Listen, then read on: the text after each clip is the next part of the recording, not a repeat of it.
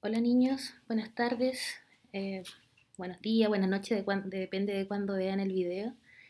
En este video vamos a hablar sobre el sistema nervioso. Ya es bien extenso, así que vamos a tratar de hacerlo rapidito. De todas maneras, varias de estas cosas ya las vimos y fueron enviados en las guías anteriores, así que es más bien un repaso, ¿ya?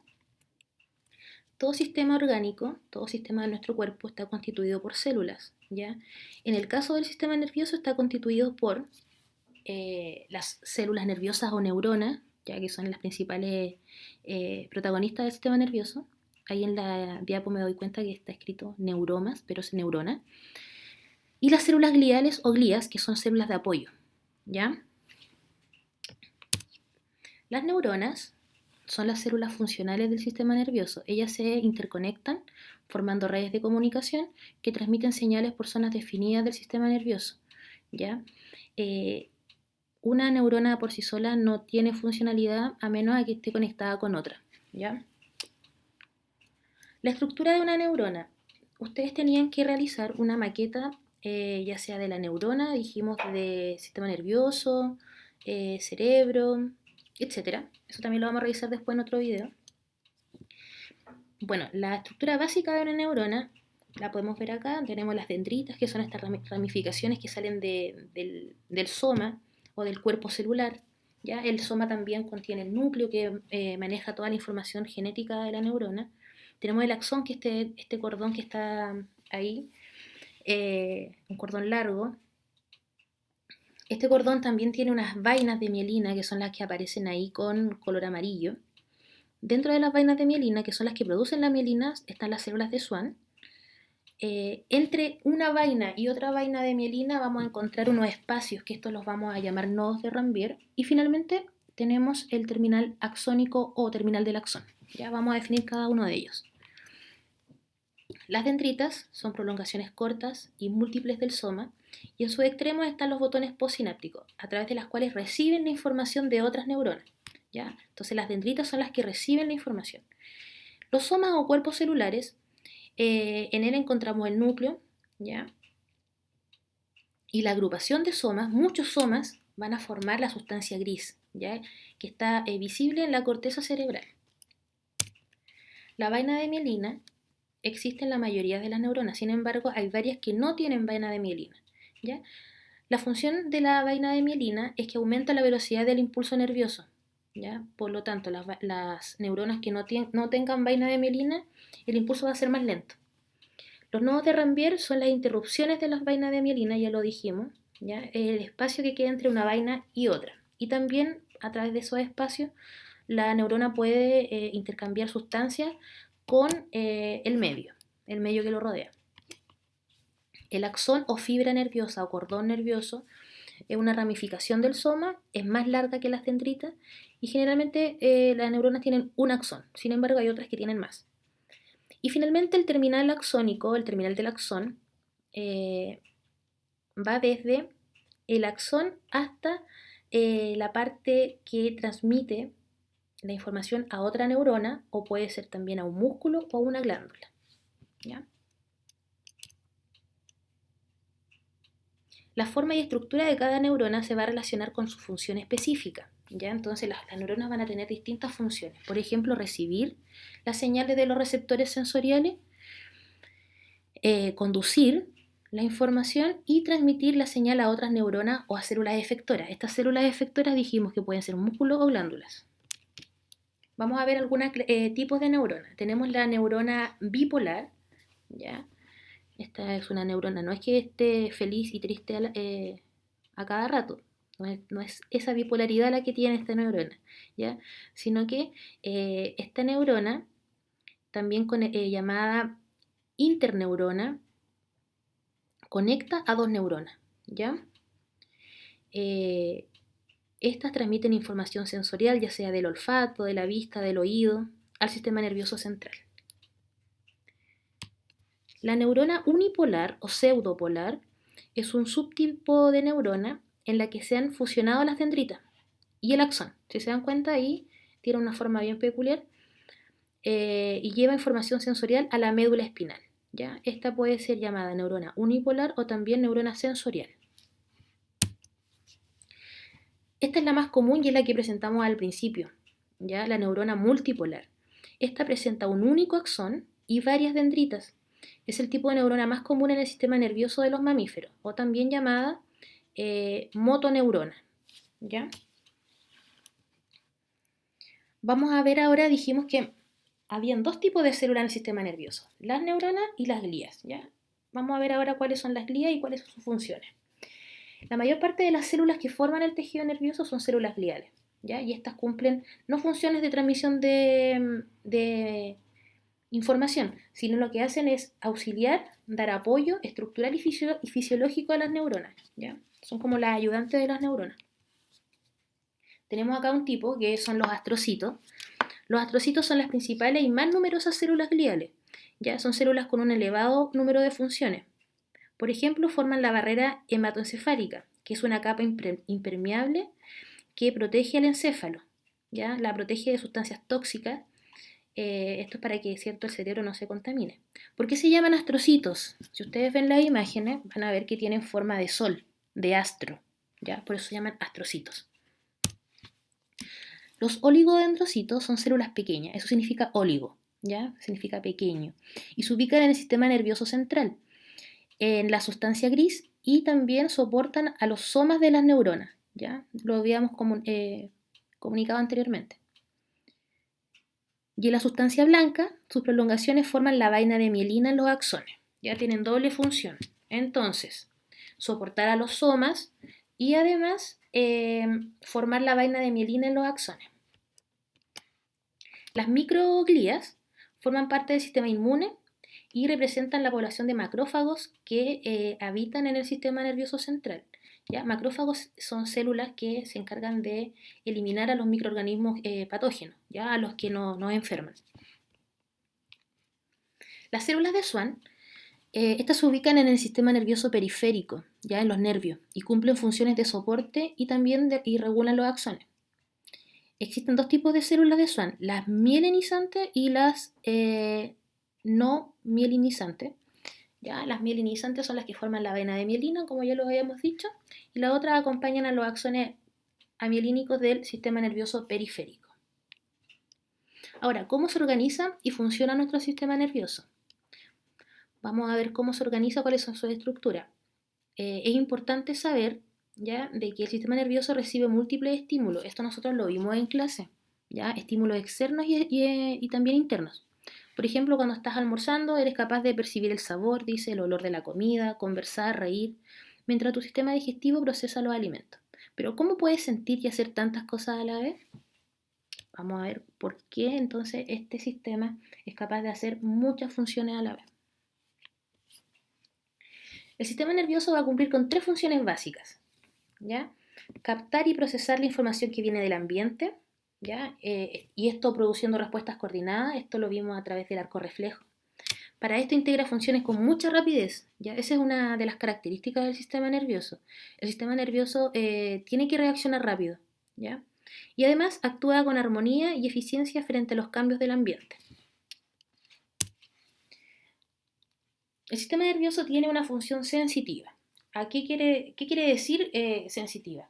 Quiere decir que el sistema nervioso siente, ¿ya?, o detecta los estímulos provenientes del interior del organismo como del medio externo, ¿ya? Por ejemplo, en este momento, al ver la imagen del limón, muchos pueden estar provocando una reacción que es la salivación, ¿ya? Eso es porque a través de los sentidos nosotros y de nuestra experiencia captamos, ¿cierto?, que el jugo del limón nos provoca eso. También tiene una función integradora, es decir, con la función sensitiva captamos la información, pero ¿qué hacemos con ella? ¿Ya? Esta integración de la información a nosotros nos permite tomar decisiones respecto a la acción a seguir, ¿ya? Por ejemplo, si nosotros estamos cerca de una estufa y pasamos a colocar la mano en la estufa que está caliente, la función sensitiva va a hacer sentir el calor y la función integradora va a permitirnos tomar una decisión. ¿Qué hacemos? ¿Seguimos con la mano en la estufa o la sacamos? ¿Ya? Y ahí entra en juego la función motora, ¿ya? Después de que nuestro cerebro decide sacar la mano, se tiene que mover. Entonces aquí se inician contracciones musculares y secreciones glandulares, ¿ya? Para provocar la acción. Acá tenemos un mapa conceptual con la organización del sistema nervioso. Ya lo vamos a revisar muy rápidamente. El sistema nervioso humano está formado por el sistema nervioso central y el periférico. ¿Ya? Nosotros vamos a enfocarnos ahora en el nervioso central, que está formado por el encéfalo, que es todo lo que está en el cráneo, y la médula espinal. ¿Ya? El encéfalo está constituido por el cerebro, por el cerebelo, el tronco encefálico, que es el que une el cerebro con la médula espinal, y el diencéfalo, que es una estructura interna del cerebro. ¿Ya? La médula espinal vamos a ver que está también protegida por las vértebras, por la columna vertebral, el encéfalo por el cráneo. Y el sistema nervioso periférico es todo lo que nos conecta a nosotros con el medio externo, ¿ya? Entonces vamos a ver los nervios, ¿ya? Nervios craneales, nervios espinales. Y también vamos a ver que el sistema nervioso periférico se divide en voluntario y autónomo, ¿ya? Por ejemplo, el respirar ustedes lo hacen de forma autónoma, ¿ya? Eso ustedes no lo manejan, es de forma involuntaria, ¿ya? Y el somático tiene que ver con movimiento de los músculos, principalmente. ¿Ya? Ahí tenemos también un ejemplo, el periférico son los nervios, el sistema nervioso central es el encéfalo y la médula espinal. El sistema nervioso central es una estructura muy compleja que recoge millones de estímulos por segundo de todas partes, del medio externo e interno. Y el nervioso periférico es el que procesa y memoriza continuamente para adaptarse a esta respuesta, ¿ya? Y hacerlas cada vez más rápidas. Vamos a ver aquí ahora el sistema nervioso central. Dijimos que estaba formado por el encéfalo, por la médula espinal, y a su vez el encéfalo por cerebro, que es el órgano que tiene mayor tamaño, el cerebelo y el tronco encefálico o bulbo raquídeo, ¿ya? ¿Quién protege al sistema nervioso central? Bueno, hay un conjunto de huesos que protege el sistema nervioso central. El cráneo protege el encéfalo y la columna vertebral protege a la médula, ¿ya? Además, el encéfalo está protegido por 3 capas, por 3 membranas que reciben el nombre de dura madre, pía madre y aracnoides, ¿ya? Genéricamente, el conjunto de esas membranas se les conoce como meninge. Cuando se infectan estas capas del cerebro ocurre una enfermedad muy grave que es la meningitis, ¿ya? Los huecos de estos órganos están llenos de un líquido, ¿ya? Que es incoloro y transparente. En la imagen lo podemos ver ahí. Y este líquido recibe el nombre de líquido cefalorraquídeo. ¿Cuáles son las funciones? Permite eliminar productos residuales, mantiene el equilibrio iónico, ya el equilibrio de las sales y agua dentro del cerebro. Además, como sistema amortiguador y mecánico, esto, por ejemplo, si recibimos algún golpe, este líquido recibe el golpe y lo amortigua para que sea menos duro. Y también como medio de intercambio con sustancias que necesita el cerebro. Ya, habíamos nombrado esto de que las células del sistema nervioso, las neuronas y las glías, toman un lugar específico y forman 2 sustancias, la gris y la blanca. Dijimos que la gris son los cuerpos, los somas de las neuronas, y la sustancia blanca son los axones. ¿Ya? Partes del encéfalo. ¿Ya? El encéfalo ya habíamos dicho, a grandes rasgos, tronco encefálico, cerebelo y cerebro. A su vez, el cerebro lo vamos a dividir en diencéfalo, vamos a ver que también tiene hemisferios cerebrales, uno derecho y uno izquierdo. El tronco cefálico tenemos el mesencéfalo, puente y bulbo. ¿Ya? Tronco del encéfalo, ¿ya? Este se ubica sobre la médula espinal, es como la conexión entre el encéfalo y la médula espinal, perdón, y el cerebro y la médula espinal. Y desde este tronco encefálico salen o emergen 10 de los 12 pares de nervios craneales, ¿ya? A través de los cuales se recibe información sensorial. ¿De qué parte? Del gusto, del oído y del equilibrio, ¿ya? Además de la que proviene de las articulaciones y la piel de la cabeza. Entonces, el tronco encefálico recibe información desde el cuello hacia arriba, ¿ya? ¿Qué pasaría si tuviéramos una lesión en esta zona? Obviamente no podríamos mover ningún músculo del cuello hacia arriba, ¿ya? Ahí tenemos una imagen, esto lo hubiésemos visto en el laboratorio, si es que hubiésemos hecho. Ese es el tronco encefálico. El cerebro. Muchas personas piensan que dentro del cráneo solo está el cerebro, pero dentro del cráneo, como ya dijimos, está el encéfalo. El cerebro es el órgano más grande, ¿ya? Por eso es que se le confunde con eso. En la anatomía de los animales vertebrados es el centro supervisor del sistema nervioso, aunque también suele usarse el mismo término para referirse al sistema nervioso central de los invertebrados. En muchos animales el cerebro se localiza en la cabeza, así que tienen como tarea averiguar qué animales no tienen el cerebro en la cabeza. El cerebro se divide en dos partes, ¿ya? Llamadas hemisferios. Vamos a tener un hemisferio derecho, un hemisferio izquierdo, y que está separado por una estructura que se llama cuerpo calloso. La superficie del cerebro tiene múltiples pliegues irregulares llamados circunvalaciones, ya cuesta decir la palabra, y estas están acentuadas en el hombre más que en cualquier animal, ¿ya? Por lo tanto está asociado a la inteligencia, ¿ya? La sustancia gris, que es la parte del cuerpo más noble, dice acá, esta tiene funciones intelectuales elevadas, funciones cognitivas, como el pensamiento, la memoria, el habla, ¿ya? Otra imagen acerca del cerebro y sus repliegues. Funciones del cerebro: controlan y coordinan movimientos, ¿ya? Movimientos voluntarios. Maneja el comportamiento. Las funciones corporales homeostáticas, estas son funciones que nos mantienen en un estado de equilibrio, en un estado saludable, como el latido del corazón, la presión sanguínea, el balance de fluidos, la temperatura corporal, entre otros. Además, como ya habíamos nombrado, el cerebro es responsable de el aprendizaje, las emociones, la memoria y la cognición. El cerebro es la principal estructura del encéfalo, tanto por su tamaño como por la complejidad de sus funciones, ¿ya? Y también lo integran otras zonas, que es el diencéfalo o cerebro medio y los hemisferios que ya lo nombramos.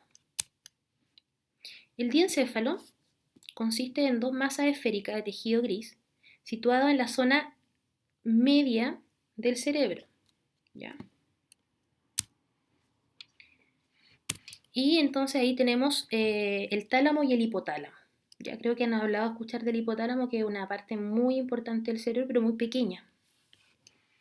El tálamo recibe informaciones sensoriales, ¿ya?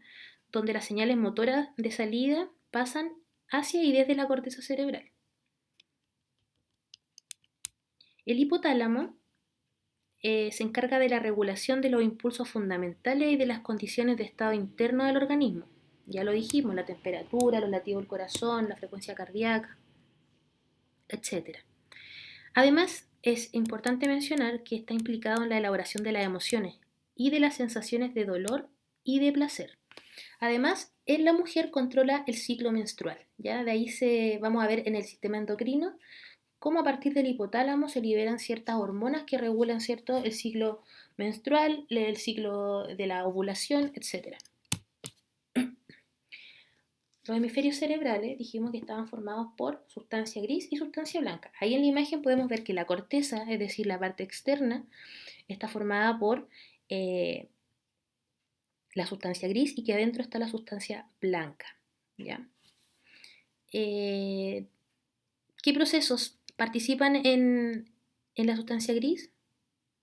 Procesos como el lenguaje, la memoria, la resolución de problemas, etc. La sustancia blanca está formada, dijimos, por axones. Funciones de la corteza, ya lo dijimos. Está la habilidad matemática, la habilidad de razonamiento lógico, el lenguaje tanto escrito como hablado, la percepción tridimensional, es decir, ver distancias, el sentido artístico, la imaginación, ¿ya? Entonces, ambos hemisferios tienen distintas funciones, ¿ya? Podemos ver ahí. El izquierdo es la parte más lógica, ¿ya? Y el hemisferio derecho es la parte más artística. Entonces se dice que, por ejemplo, hay personas que tienen más desarrollado un hemisferio que la otra, por lo tanto son más hábiles en ciertas áreas, ¿ya? Por ejemplo, la gente que es muy buena para matemática se dice que tiene más desarrollado el hemisferio izquierdo. Sin embargo, las personas que desarrollan el canto, el baile, la pintura, tienen asociado a un desarrollo mayoritario del lado derecho. Además de hemisferios, el cerebro se divide en lóbulos, ¿ya? Acá están con colores bien bonitos. Tenemos el lóbulo frontal porque está en la frente, ¿ya? Este incluye el área motora, es decir, controla los movimientos voluntarios. Además, se relaciona con la capacidad de planificar, la inteligencia y la personalidad. Por lo tanto, si ustedes tuvieran una lesión en este lóbulo, podrían perder su personalidad, podrían tener problemas de perder inteligencia o de mover su cuerpo de forma voluntaria. En el lóbulo frontal también se ubica el área de Broca, ya que este está relacionado con los movimientos del habla. Por lo tanto, un golpe en la zona del lóbulo frontal también podría dejarlo sin lenguaje. El lóbulo temporal, que se encuentra al lado, ¿cierto?, cerca de los oídos, integra sensaciones auditivas, de memoria y de emociones. Además, gracias a este lóbulo, puedes reconocer el rostro de un ser querido, de un amigo, de un pololo, de una polola, etc. Por lo tanto, un golpe en el lóbulo temporal o una lesión ahí podría hacer que pierdan esa habilidad. El lóbulo parietal, que está por detrás del lóbulo frontal, recibe información táctil. Ahí es donde sentimos todo lo que tocamos, ¿ya?, a través del tacto. Y además la sensación de equilibrio. El lóbulo occipital, que es el que está atrás en lo que llamamos nuca, integra la información visual. Ahí llega todo lo que nosotros vemos. En el lóbulo temporal también está el área de Wernicke, y esta área está relacionada con la comprensión del lenguaje, ¿ya? Y que también, obviamente, está conectado con el área de Broca, que era relacionado con el habla también. Esta también era una opción de la maqueta, ¿ya? Bien, vamos a pasar rápidamente al sistema nervioso periférico, ¿ya? Estos son los nervios, ¿ya? Tenemos un montón de nervios y tenemos la imagen, ¿ya? Tenemos desde la punta de la nariz hasta la punta de los pies, tenemos nervios en donde podemos recibir información. El sistema nervioso periférico se divide en autónomo y somático, ¿ya? El somático está compuesto por los nervios de la espina dorsal y también por los nervios que provienen del cráneo, ¿ya? El sistema nervioso autónomo, como lo dice, o vegetativo, recibe información del medio, ¿ya? Y también, del medio interno, es decir, de las vísceras, de los músculos, de las glándulas, de los vasos sanguíneos, ¿ya? Este sistema es involuntario, eso significa autónomo. Por lo tanto, se activa con nervios que están situados en el tallo cerebral, en el hipotálamo y en la médula.